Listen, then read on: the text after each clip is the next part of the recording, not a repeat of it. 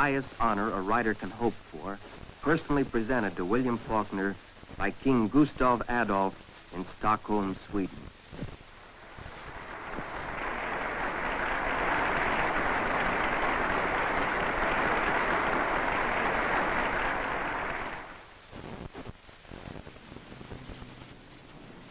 Back in Oxford, the farmer who writes remembered the long years before he was honored or even known 10 miles beyond his hometown. He remembered the friends who believed in him when few did. Phil Stone, a lawyer who was William Faulkner's earliest critic and supporter. Hey, Stone. Hello, Bill. How was Sweden? Cool but pleasant.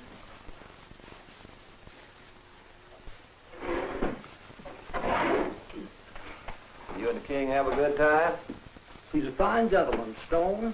He even got along with me, and you, if anybody, knows how easy that is. That's true. Dice Jorge Luis Borges a propósito de la novela Absalón, Absalón de William Faulkner. Sé de dos tipos de escritor.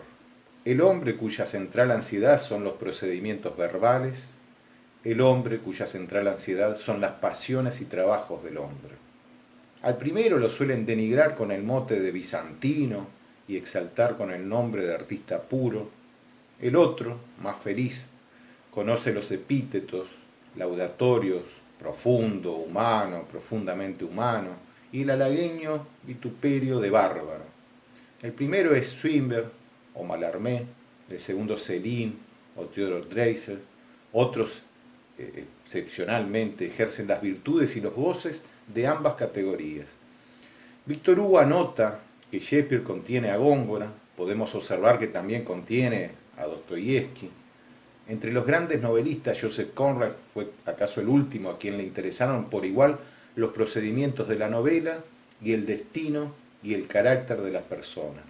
El último hasta la aparición tremenda de Faulkner. Faulkner gusta de exponer la novela a través de los personajes. El método no es absolutamente original. El anillo y el libro de Robert Browning, 1868, detalla el mismo crimen 10 veces, a través de 10 bocas y de 10 almas. Pero Faulkner le infunde una intensidad que es casi intolerable, una infinita descomposición, una infinita y negra carnalidad hay en este libro de Faulkner. El teatro es el estado de Mississippi, los héroes, hombres desintegrados por la envidia, por el alcohol, por la soledad, por las erosiones del odio. Absalón, Absalón es equiparable al sonido y la furia, no sé de un elogio mayor. Sobre la novela Los Invictos, dice también Borges, es norma general que los novelistas no presenten una realidad sino su recuerdo. Escriben hechos verdaderos o verosímiles, pero ya revisados y ordenados por la memoria. Ese proceso, claro está, nada tiene que ver con los tiempos de verbo que se utilizan. Faulkner, en cambio, quiere a veces recrear el presente puro, no simplificado aún por el tiempo, ni siquiera devastado por la tensión. El presente puro no pasa de ser un ideal psicológico. De ahí que ciertas descomposiciones de Faulkner resulten más confusas y ricas que los hechos originarios. Faulkner, en obras anteriores, ha jugado poderosamente con el tiempo, deliberadamente ha barajado el orden cronológico, deliberadamente multiplicó los laberintos y los equívocos. Tanto lo hizo que no faltó quien asegurara que derivaba toda su virtud de estas involuciones. Esta novela viene a desbaratar esa sospecha. Faulkner no trata de explicar a sus personajes, nos muestra lo que sienten, lo que obran.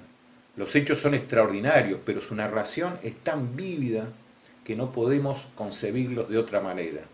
Lo verdadero puede no parecer verosímil, ha dicho Boileau. Faulkner prodiga las inverosimilitudes para parecer verdadero y lo consigue, mejor dicho, el mundo que imagina es tan real que también abarca lo inverosímil. William Faulkner ha sido comparado con Dostoyevsky.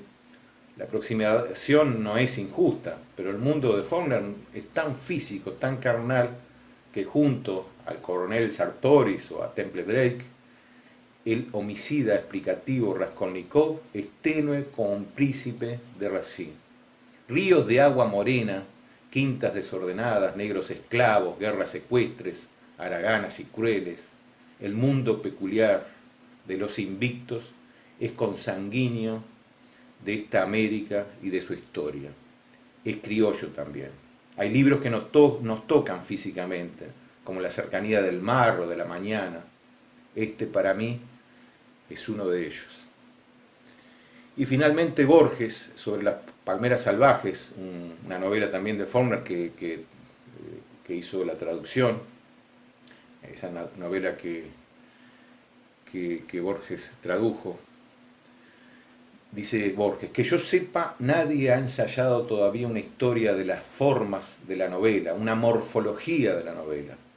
Esta historia, hipotética y justiciera, destacaría el nombre de Wilkie Collins, que inauguró el curioso procedimiento de encomendar la narración de la obra a los personajes.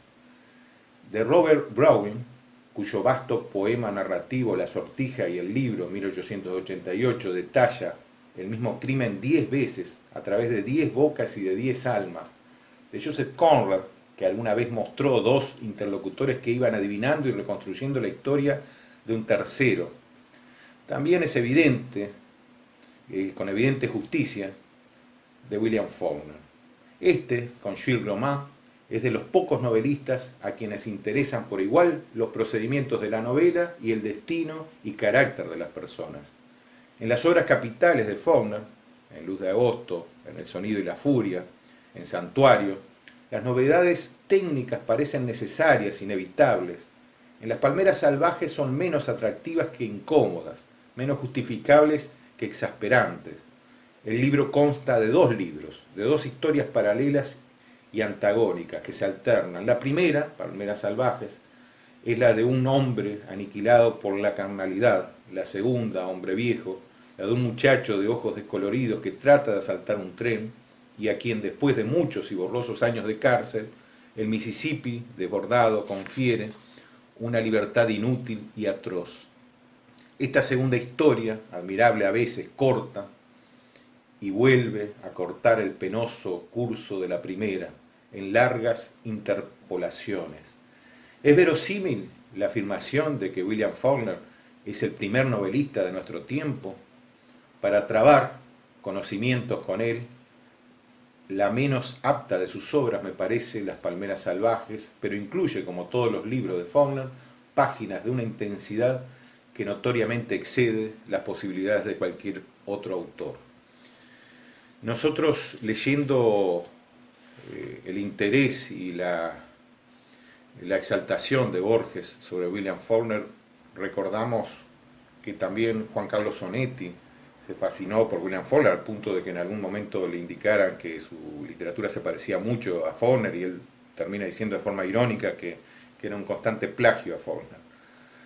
William Faulkner nace en New Albany en 1897, va a morir en 1962, casi toda su vida va a estar centrada en Mississippi, más allá de algunos años que va a vivir incluso un tiempito en Nueva York y va a vivir incluso algunos años en París, pero la geografía dueña de la fascinación de Faulkner y de toda la ambientación de sus novelas es Mississippi, con todas las complejidades de choques políticos, raciales, sociales, económicos, culturales. Toda esa complejidad siempre le fascinó a Faulkner y fue el gran teatro en el cual creó toda su narrativa. El padre tuvo algunas profesiones, una familia con una buena posición económica, sobre todo por parte del abuelo que tenía muchos negocios en Oxford y algunas localidades de Mississippi.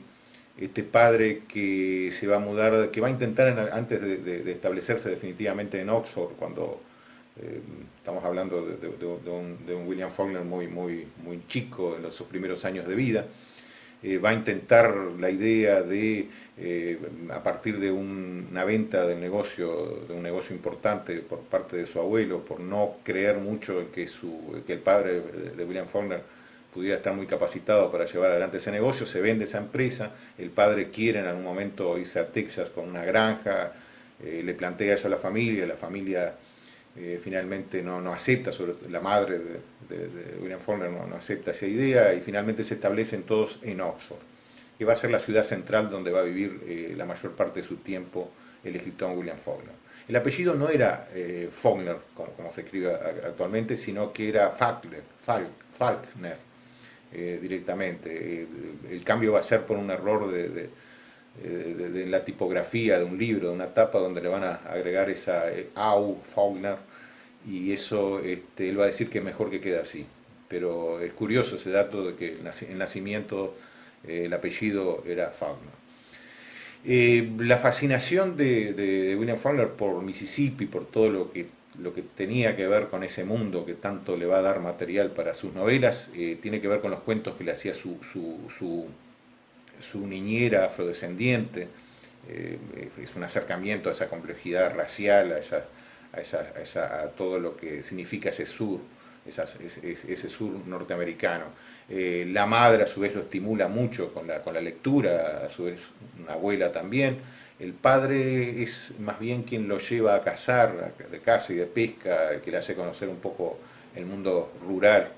En ese contexto, William Faulkner al principio es un buen estudiante, tiene una buena escolaridad, hasta que empieza cada vez a ser un niño distraído al punto de que repite algunos años y abandona de forma muy temprana. Ese muchacho va a querer enrolarse en algún momento en el ejército durante la guerra mundial, y ahí es donde aparece algo que roza la fantasía o todo lo que es la psicología, que mezcla la verdad con la mentira, la ficción con la realidad. En realidad los documentos no comprueban todo lo que Faulkner cuenta de su participación como piloto a través del ejército canadiense, porque no se puede enrolar en el ejército norteamericano debido a su altura, que era de 1,65 nada más, una estatura muy baja que no le permite alistarse en el ejército norteamericano. Terminada esa guerra, sobre todo el conocimiento, la amistad con Philip Stone, un amigo que tenía así una formación académica en la literatura, unos 4 años mayor que William Faulkner, lo estimula mucho en la literatura e incluso le hace ingresar. William Faulkner tiene un recurso de presentarse como veterano de guerra, ese muchacho, y de esa manera se alista en la universidad, que también va a abandonar de forma rápida. Va a haber algunos envíos de sus cuentos a algunas revistas, a algunas publicaciones de forma infructuosa, no consigue publicar. Se da ese pasaje, ese episodio en el cual se le cambia el nombre, la publicación. La primera publicación de William Faulkner, el primer libro, es un poemario, El fauno de mármol. Y creo que no es casualidad, esto tiene mucho que ver porque la narrativa de Faulkner tiene una impronta poética muy grande. Hay pasajes de sus novelas, incluso hasta en lo experimental, en capítulos muy cortos. Estoy pensando en Mientras agonizo, por ejemplo, una novela, pero toda su novela tiene un gran contenido poético en la narrativa. Ese monólogo interior, ese monólogo interno que es el sello de William Faulkner, que tanto influye en la literatura latinoamericana. Pensemos en Vargas Llosa, en Juan Carlos Onetti, en un montón de autores, en García Márquez, pensemos hasta en Juan Rulfo, lo que significa la influencia del monólogo interior, de hacerse un dios de un mundo, de permitir jugar con el tiempo y con el espacio, en la libertad de una ciudad, de una geografía que la crea al servicio de esas historias. Conoce otra persona importante que conoce en esa época, es Sherwood Anderson, otro escritor que le estimula el envío y la publicación, sobre todo le entabla los contactos para la publicación de la primera novela en 1926, La paga de los soldados. Y en esa novela ya está todo el mundo que va a tener el resto de su narrativa, ese discurso alternativo, ese colocar, como dice muy bien Borges, a los propios protagonistas, a los propios personajes como autores de la novela. Eso crea una gran empatía, la cercanía que uno percibe con esos con esos personajes, ¿no? Al estar cercanos a los cambios anímicos, a los errores y a los aciertos. Después de la publicación de La Paga de los Soldados, él va a vivir unos años incluso en París, donde se va a contactar con algunos de los enormes autores contemporáneos que tuvo. Recordemos lo que es París en esa década del 20, la cantidad de intelectuales y de escritores, es el centro mundial de la cultura, hasta la Segunda Guerra Mundial y desde el siglo XIX París era el centro, era el foco al que pretendían ir todos los autores. Esa vivencia de Faulkner en París se lo coloca, de acuerdo a lo que uno ve por las fotos y por los testimonios, en un típico escritor bohemio, instalado en ese momento tan histórico y tan importante. En Jonapataufa, ese lugar inventado por William Faulkner para trabajar personajes, él convierte antepasados, cambiándole el nombre, en personajes de estas historias que se desarrollan en ese lugar.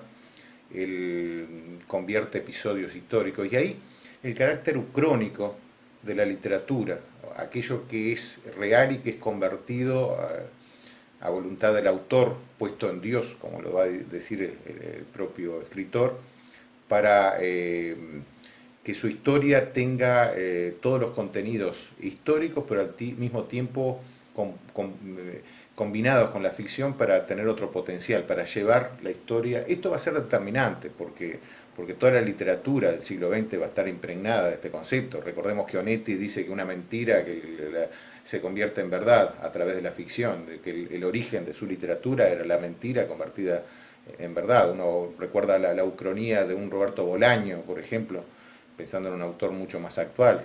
Lo ucrónico es parte de la literatura contemporánea.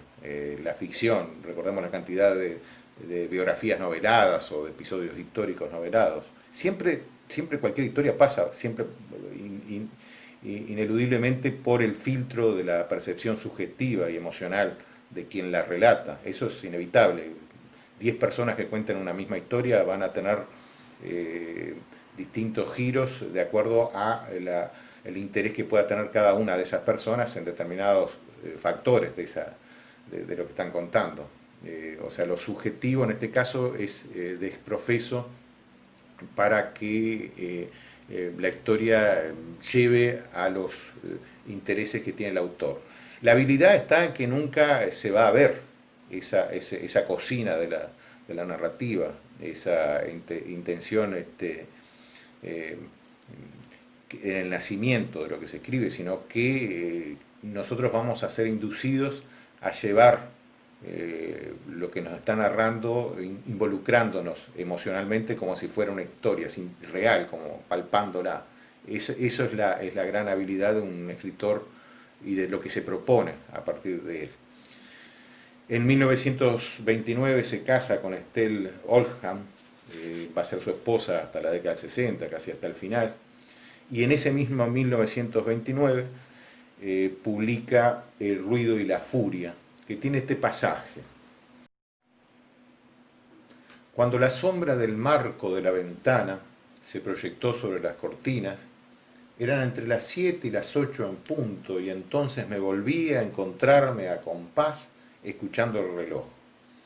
Era el reloj del abuelo, y cuando padre me lo dio, dijo: Quentin, te entrego el mausoleo de toda esperanza y deseo.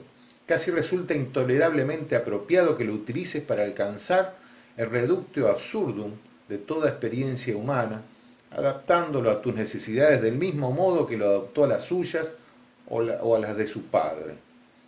Te lo entrego no para que recuerdes el tiempo, sino para que lo olvides durante un instante y no agotes tu fuerza tratando de someterlo. Porque nunca se gana una batalla, dijo, ni siquiera se libran. El campo de batalla solamente revela al hombre su propia estupidez y desesperación, y la victoria es una ilusión de filósofos e imbéciles. Esta ironía, esta carga filosófica que uno también encuentra en Faulkner en muchos pasajes de su obra, una filosofía y unas interpretaciones de la vida que, como muy bien dice Borges, están puestas en los propios personajes, uno va logrando esa empatía en la interacción que tiene con ellos, en entender qué van sintiendo. Esa filosofía desnuda una realidad, no tiene por qué ser estrictamente moral ni condicionada por las circunstancias de la época, si bien la influyen, lo que hace es interpelar esa realidad y muchas veces ir a contracorriente.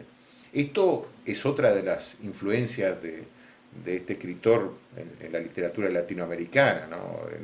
No solo ese monólogo interior, sino lo que infiere ese monólogo interior, lo que lleva en conclusión y lo que nosotros estamos percibiendo que nos está diciendo el autor a través de estos personajes. En 1931 publica Santuario, un Faulkner que cada vez más es dependiente también del alcohol. El alcohol va a ser parte de su vida, él va a decir: lo que preciso para escribir es comida, tabaco y un whisky. Ese acercamiento, esa novela le trae un acercamiento a Hollywood, donde él va a trabajar con Howard Hawks, un director que también cuando se encuentran en Hollywood, era bastante nuevo este director, pero va a colaborar primero en el guión en 5 días nada más, que va a ser sobre la obra. Faulkner va a ser sobre su propia obra, pero va a trabajar también en el guión con una adaptación de una novela de Raymond Chandler, del Sueño Eterno, y va a llegar a trabajar también en una adaptación de Hemingway, va a llegar a trabajar con John Ford. Ese hombre que se adapta un poco a Hollywood trabaja como un recurso que tiene la industria cinematográfica para acercar a uno de los escritores que venía en un crecimiento importante. Aunque en 1946, en la consideración de que no tenía tanta relevancia y tanta atención William Faulkner en Estados Unidos, Malcolm Cowan, un crítico, escritor, publica un extracto de novelas, una especie de compendio de pasajes de sus novelas, titulado Faulkner Portátil. En 1949 va a recibir el premio Nobel, en 1955 el premio Pulitzer, que se le va a entregar de vuelta en 1962, que es el año en el que muere este autor, producto en principio de un accidente de caballo que lo deja internado, pero sobre todo como consecuencia de que en esa internación él no deja el alcohol, tiene una dependencia y finalmente muere de un infarto cuando está internado. El legado de este escritor es formidable, es uno de los legados más importantes que ha recibido en principio la literatura latinoamericana, como hemos repasado. O sea, estamos hablando de que es una influencia fundamental en el que inicia en 1963 el boom latinoamericano para la literatura, que es Mario Vargas Llosa, la influencia fundamental que tiene Onetti desde forma muy temprana. La influencia que tiene en García Márquez, Carlos Fuentes, Roa Bastos, en fin, uno puede repasar todo lo que significa la impronta de Faulkner en la literatura latinoamericana. Padre y Vernon están sentados en el porche trasero. Padre se estira el labio inferior hacia afuera con el pulgar y el índice y se echa rapé en él desde la tapa de la caja. Vuelve a la vista para mirarme cuando cruzo el porche y meto la calabaza en el cubo del agua y bebo. ¿Dónde está Joel?, dice padre. Un día de chico aprendí que el agua sabe mucho mejor cuando ha estado un buen rato en un cubo de cedro. Fresca, pero no helada, con un ligero regusto parecido a ese olor del cálido viento de julio entre los cedros. Tiene que haber estado como mínimo 6 horas y beberse de una calabaza. El agua nunca debe beberse de un recipiente de metal. Y por la noche sabe aún mejor. En aquel tiempo solía echarme muchas veces en el camastro del zaguán a la espera de que todos se durmieran. Y entonces me levantaba y volvía a buscar el cubo. Normalmente estaba oscuro, muy oscuro. La quieta superficie del agua era un agujero redondo en la nada. Y antes de hacerla volver a la vida, al agitarla con el cazo, quizá veía una estrella o dos en el cubo. En Faulkner lo visual es muy importante y no se escapa el detalle de que su familia materna, tanto la madre como la abuela, eran aficionadas a la pintura y a la fotografía. toda la descripción de ese Mississippi, de su infancia, parte de algo muy visual, también los viajes por el campo con su padre, ¿no? Luego crecí, me hice más mayor, y entonces esperaba a que todos se fueran a la cama y me tumbaba con los faldones de la camisa levantados, y me quedaba allí oyéndolos dormir, sintiéndome a mí mismo sin tocarme, sintiendo cómo el fresco silencio me rozaba las partes y preguntándome si Cash estaría también en los alrededores, en la oscuridad, haciendo lo mismo que yo hacía, o si él ya lo llevaría haciendo un par de años, cuando yo aún no quería o podía hacerlo. Padre tiene los pies horriblemente separados y planos, los dedos curvos y retorcidos y como arracimados, y los pequeños sin nada de uña, de haber trabajado tan duro de chico en la humedad y con calzado hecho en casa. Sus zapatones descansan junto a la silla, parecen hechos de arrabio a golpes de un hacha de filo romo. Pero no ha estado en la ciudad, jamás le he visto ir a la ciudad en mono, por su mujer, dicen. Su mujer fue maestra en un tiempo. Tiro al suelo el agua que queda en el cazo y me seco la boca con la manga. Va a llover esta madrugada, antes del alba. Puede que antes de que anochezca. En la cuadra, digo, enganchando el tiro. Está allá abajo, pasando el rato con ese caballo. Cruzará la cuadra y saldrá a campo abierto. Al caballo no se lo ve por ninguna parte, andará por allí, por ahí arriba, entre los nuevos brotes de pino, al aire fresco. Joel silba, un solo silbido estridente, el caballo resopla, entonces Joel lo ve reluciente entre las sombras azules por espacio de un cegador instante. Joel vuelve a silbar, el caballo empieza a bajar por la ladera con las patas bien rectas, las orejas erguidas y trémulas, los desiguales ojos inquietos, y se para unos 7 metros de costado y mira a Joel por encima del lomo en actitud traviesa y alerta. «Vengan para acá, señor», dice Joel. El caballo se mueve, la piel cobra súbita vida y se frunce en lenguas que se arremolinan como llamas. Con la crin y la cola al viento y los ojos casi en blanco, el animal emprende otra breve carrera corcoviante y vuelve a pararse con las patas juntas, bien ancladas, vigilando a Joel. Joel echa a andar hacia él con paso rítmico y firme y las manos en las caderas. Y se exceptúa las piernas del hombre, son como 2 tallas en un retablo salvaje bajo el sol. Cuando Joel casi puede tocarlo, el caballo se alza sobre las patas traseras y cae como un rayo contra Joel. Joel se va envuelto en un brillante amasijo de cascos, como en una ilusión de alas. Entre ellas, bajo el alzado pecho equino, se mueve con la rápida y ágil sinuosidad de una serpiente. Por espacio de un instante, antes de que el golpe le llegue a los brazos, ve su cuerpo entero en el aire horizontal, agitándose como una sierpe, hasta que sus dedos encuentran las ventanas del hocico del caballo y sus pies vuelven a sentarse en la tierra. Entonces los dos se quedan rígidos, inmóviles, pavorosos, el animal cargando los cuartos traseros sobre las patas tiesas, trémulas, con la cabeza agacha, Joel con los talones hundidos en tierra, tapándole el morro con una mano y con la otra acariciando el cuello, con una mirada de rápidos, cariñosos golpecitos, mientras los maldice con feroz impudicia. Y allí siguen con un rígido y aterrador hiato, mientras el caballo tiembla y bufa. Luego Joel está sobre sus lomos y se ve impulsado hacia el alto en un súbito corcoveo que es como un azote de un látigo. Y su cuerpo suspendido en el aire se vuelve simétrico al de su montura. Durante otro instante el caballo se queda con las patas abiertas y la cabeza baja y luego echa a andar. Bajan por la colina en una sucesión de brincos y sacudidas de pinazo. Joel ha upado sobre el lomo, pegado a la cruz como una sanguijuela, y llega en la cerca, y el cuadrúpedo vuelve a frenarse hasta que su paso se reduce a un suave trote. «Bien», dice Joel, «puedes dejarlo ya, si ya has tenido bastante». Dentro de la cuadra, Joel se desliza hacia el suelo antes de que el caballo se pare.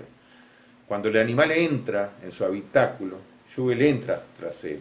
Sin mirar siquiera hacia atrás, el caballo le lanza una cos y uno de sus cascos golpea la pared, con un estruendo que es como un disparo. Joel le da una patada en la panza, el caballo arquea el cuello, enseña los dientes. Joel le da un puñetazo en plena cara y va hasta el abrevadero y se sube encima de él. Se agarra al altillo del heno y baja la cabeza y mira por encima de los tabiques de madera hacia la entrada. El sendero está vacío. Desde donde está, ni siquiera oye la sierra de Cash.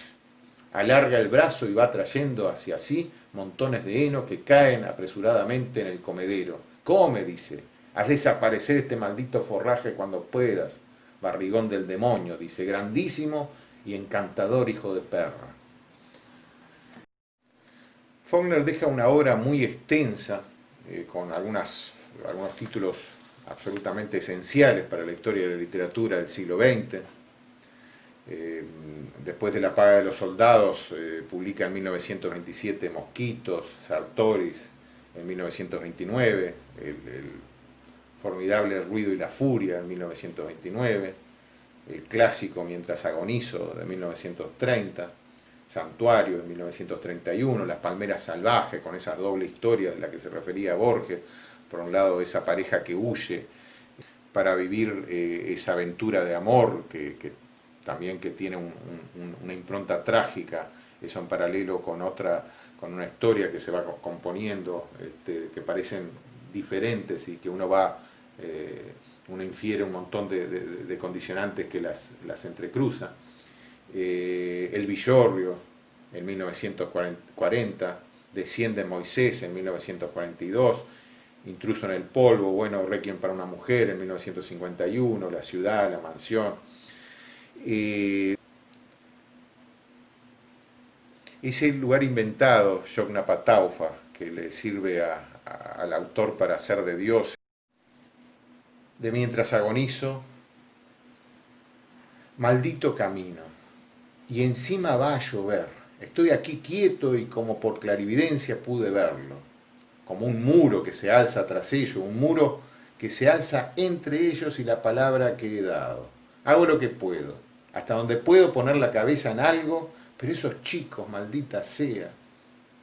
Vieron como siempre es ese monólogo, ¿no? Que los que hablan son los mismos personajes que son los que van contando la historia, pero no de forma frontal, sino que nosotros la inferimos en lo que van pensando y van sintiendo esos personajes.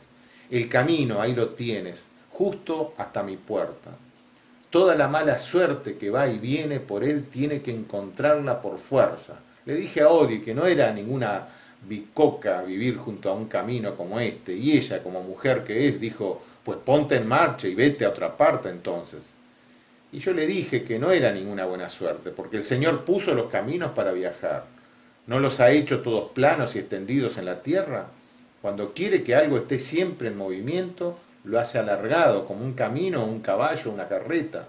Pero cuando quiere que algo esté quieto en su sitio, lo hace de arriba a abajo, como un árbol o un hombre. Así que él nunca quiso que la gente viviera en los caminos, porque ¿qué es lo que está en su sitio antes del camino o la casa?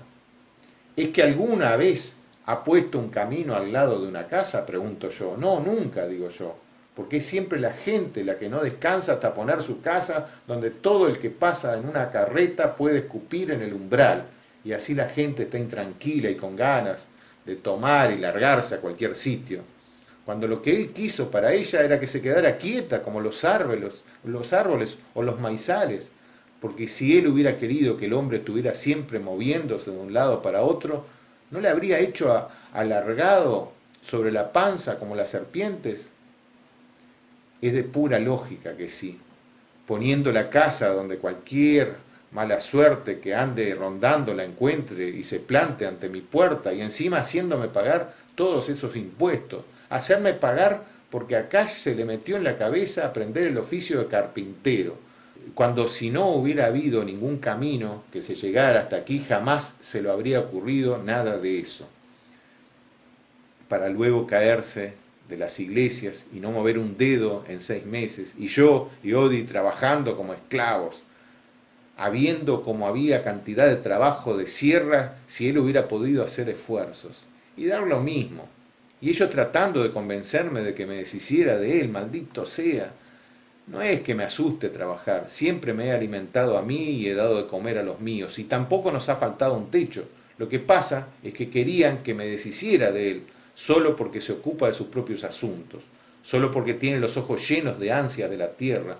Yo le digo que al principio no importaba que fuera así, porque en aquella época la tierra era de arriba abajo, no fue hasta que ese camino llegó hasta aquí y la tierra se volvió alargada y sus ojos seguían llenos de ella cuando ellos empezaron a amenazarme con quitármelo, a tratar de dejarme sin él con la ley en la mano y haciéndomelo pagar. Ella entonces estaba sana y fuerte como la que más, lo único que ese camino. Y ahí está ahora, tendida en una cama, sin preguntarle nunca nada a nadie.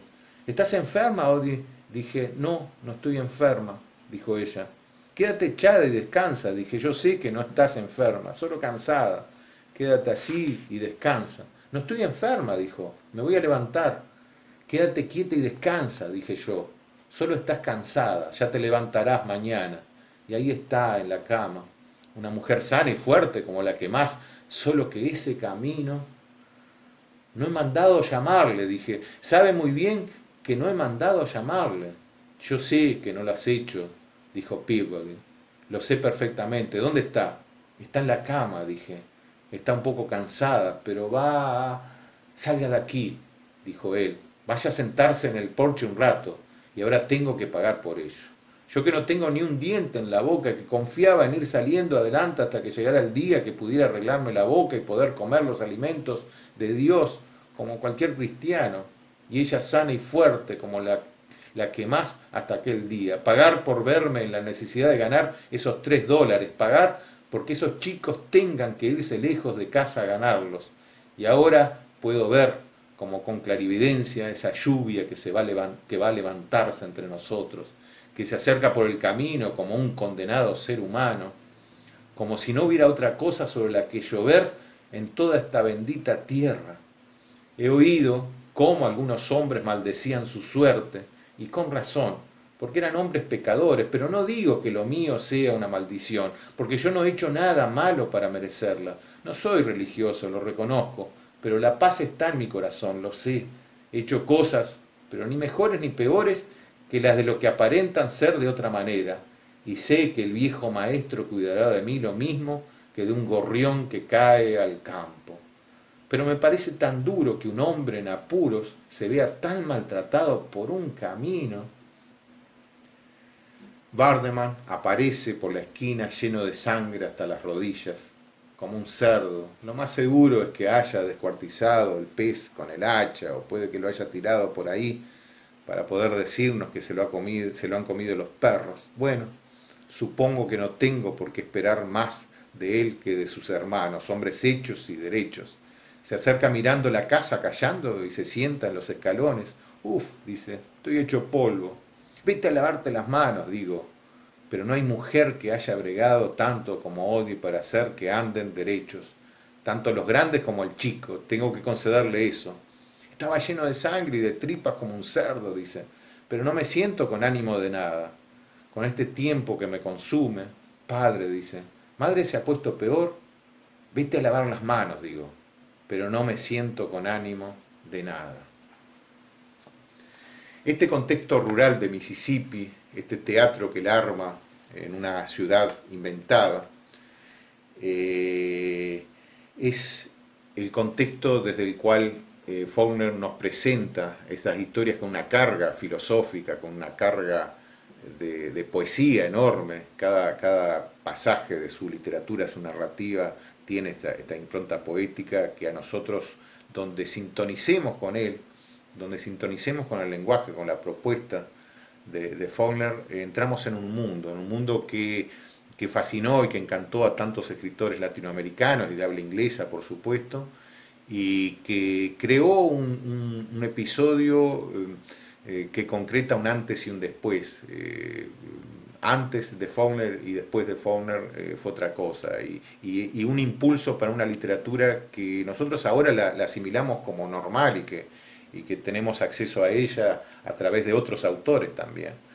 Pero son esos creadores, esos escritores tan importantes que crean ese mojón, esa instancia que mejora la posibilidad de comunicación entre el lector y el autor.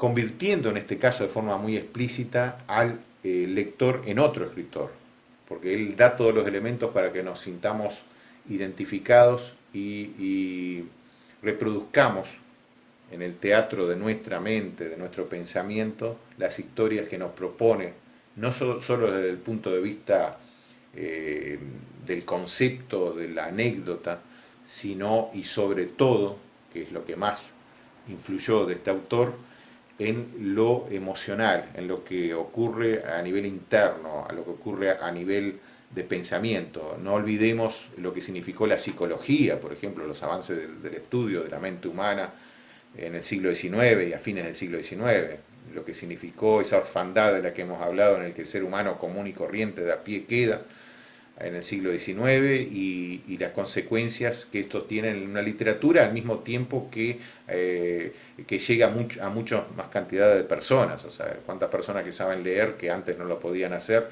ahora acceden a una literatura en la que se identifican como un espejo y las vivencias de personajes, en este caso bastante marginales o dentro de la marginalidad que puede traer la vida misma.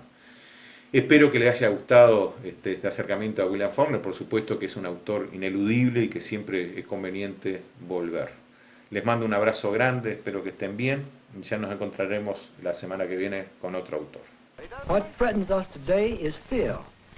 Not the atom bomb, nor even fear of it.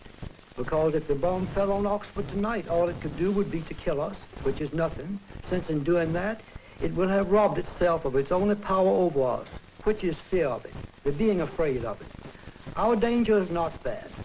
Our danger is in the forces in the world today which are trying to use man's fear to rob him of his individuality, his soul, trying to reduce him to an unthinking mass by fear and bribery, giving him free food which he has not earned, easy and valueless money which he has not worked for. That is what we must resist if we are to change the world for man's peace and security. It is not men in the mass who can and will save man. It is man himself, created in the image of God, so that he shall have the power and the will to choose right from wrong, and so be able to save himself because he is worth saving. Man, the individual, men and women, who will refuse always to be tricked or frightened or bribed into surrendering not just the right, but the duty too to choose between justice and injustice, courage and cowardice, sacrifice and greed, pity and self, who will believe always not only in the right of man to be free of injustice and rapacity and deception, but the duty and responsibility of man to see that justice and truth and pity and compassion are done. So never be afraid to raise your voice for honesty and truth and compassion against injustice and lying and greed. If you, not just you in this room tonight, but in all the thousands of other rooms like this one about the world today and tomorrow and next week, will do this, not as a class or classes, but as individuals, men and women, you will change the earth.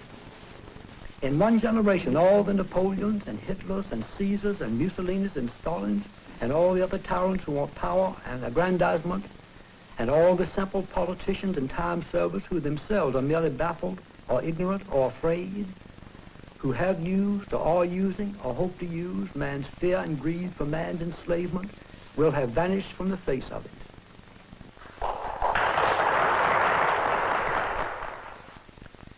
William Faulkner of Oxford, Lafayette County, Mississippi, a farmer who looks deep into the heart of life and writes what he sees there.